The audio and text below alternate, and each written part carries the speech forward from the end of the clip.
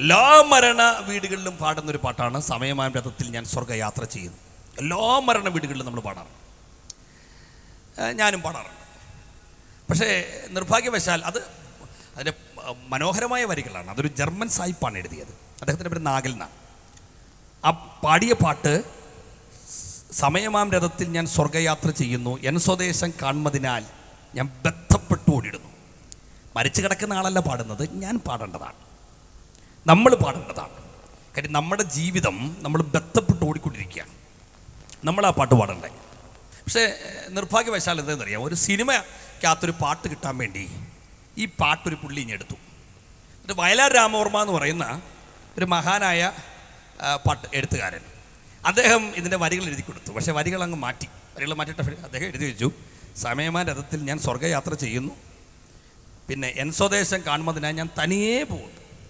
അപ്പം ഞാൻ കഴിഞ്ഞ ദിവസം ഒരു പെന്തക്കോസ്തുകാരുടെ അടക്കത്തിന് പോയപ്പോഴും ആംബുലൻസ് ഇട്ടേക്കുന്ന പാട്ട് ഇതാണ്, ഞാൻ എന്നെ സ്വദേശം കാണുന്നതിന് വേണ്ടി തനിയേ പോകുന്നു എന്ന് പറഞ്ഞ് ഈ ബോഡി പറയുകയാണ് ഞാൻ പോകാമെന്ന്. അപ്പോൾ എത്രമാത്രം വികലമാക്കിയത് നിങ്ങൾ ചിന്തിച്ചാൽ മതി. പിന്നെ വയലാർ രാമവർമ്മ നല്ല മനുഷ്യനായിരുന്നെങ്കിലും എഴുതി വെച്ചത് വിവരക്കേടാണ്, ശുദ്ധ വിവരക്കേട്.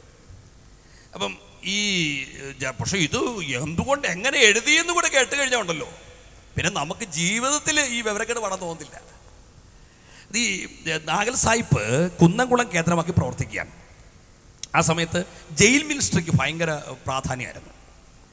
അങ്ങനെ പരവൂർ സെൻട്രൽ ജയിലിൽ ഇദ്ദേഹം സുവിശേഷം പറയാൻ വേണ്ടി കടന്നുപോയപ്പോൾ അപ്രതീക്ഷിതമായിട്ട് ഒരു കുറ്റവാളിയെ പരിചയപ്പെട്ടു. അദ്ദേഹം ഒരു വലിയൊരു കൊലപാതകം നടത്തിയിട്ട്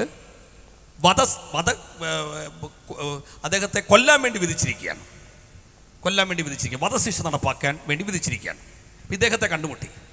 അപ്പം നാഗൽ സാഹിബ് ഇങ്ങനെ സുവിശേഷം ഇങ്ങനെ പങ്കുവെച്ചുകൊണ്ടിരിക്കുന്നതിൻ്റെ ഇടയിൽ ഇദ്ദേഹം പൊട്ടിക്കരഞ്ഞുകൊണ്ട് പറഞ്ഞു, സാറേ, ഈ പറഞ്ഞ സുവിശേഷം ഒരു 10 വർഷം മുമ്പ് ഞാൻ കേട്ടിരുന്നെങ്കിൽ ഞാൻ ഈ തെറ്റ് ചെയ്യത്തില്ലായിരുന്നു.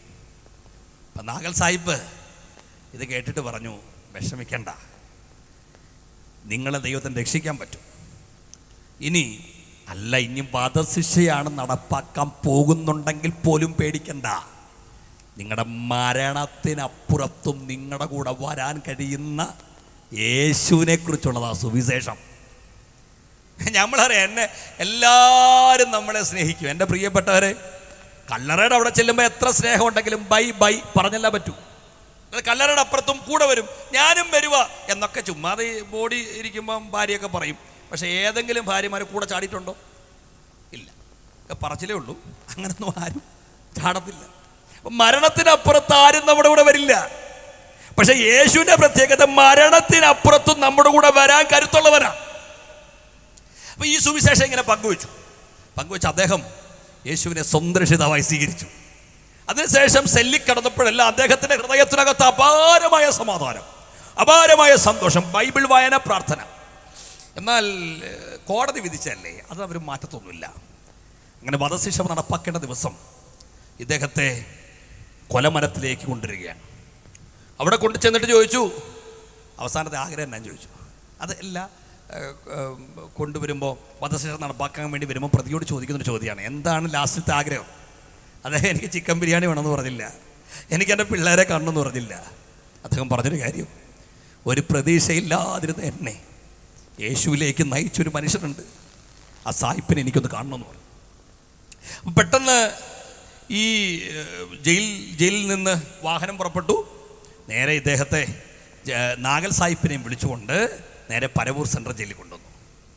അവിടെ കൊണ്ടുവന്ന ശേഷം നാഗൽ സാഹിബ് അകത്തോട്ട് കയറുന്നത് ഹൃദയം തകർന്നാണ്. കാര്യം എന്തുമായാലും സുവിശേഷം പറഞ്ഞ് രക്ഷിക്കപ്പെട്ട ആളാണെങ്കിലും മരിക്കാൻ പോവല്ലേ, അവിടെ തകർന്ന് അകത്തോട്ട് കയറുക.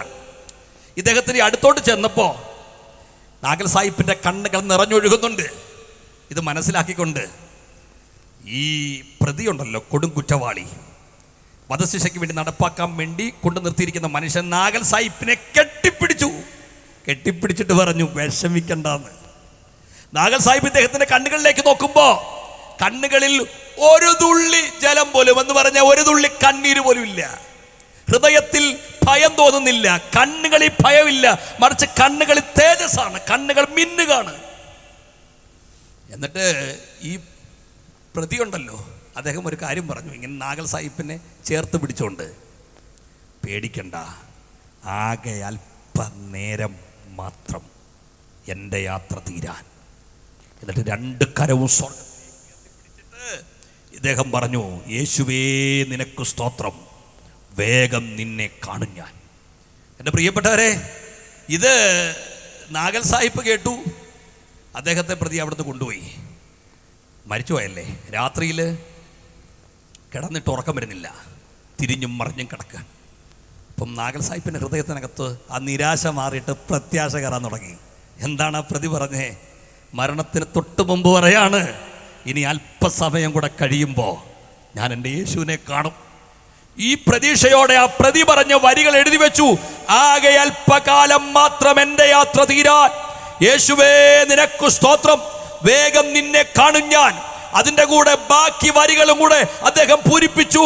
സമയമാം രഥത്തിൽ ഞാൻ സ്വർഗയാത്ര ചെയ്യുന്നു, എൻ സ്വദേശം കാണുന്നതിനായി ബന്ധപ്പെട്ടോടിയിടുന്നു. ഇന്ന് പ്രിയപ്പെട്ടവരെ, മരണം വരെയുള്ള പ്രതീക്ഷ തരാൻ ഇവിടെ ആരെങ്കിലുമൊക്കെ ഉണ്ടാകും. പക്ഷെ മരണത്തിനപ്പുറത്തുള്ളൊരു പ്രതീക്ഷയ്ക്ക് ഒരു വഴിയുമില്ലാതിരിക്കുമ്പോൾ മരണത്തിനപ്പുറത്തും കരം പിടിച്ചു നടത്താൻ കഴിവുള്ള ഒരുവനെ ഈ കൺവെൻഷന്റെ 2ാം രാത്രി ഞങ്ങൾ ഇവിടെ ഉയർത്തുന്നു. അവന്റെ പേരാണ് നസ്രേനായ യേശു ക്രിസ്തു.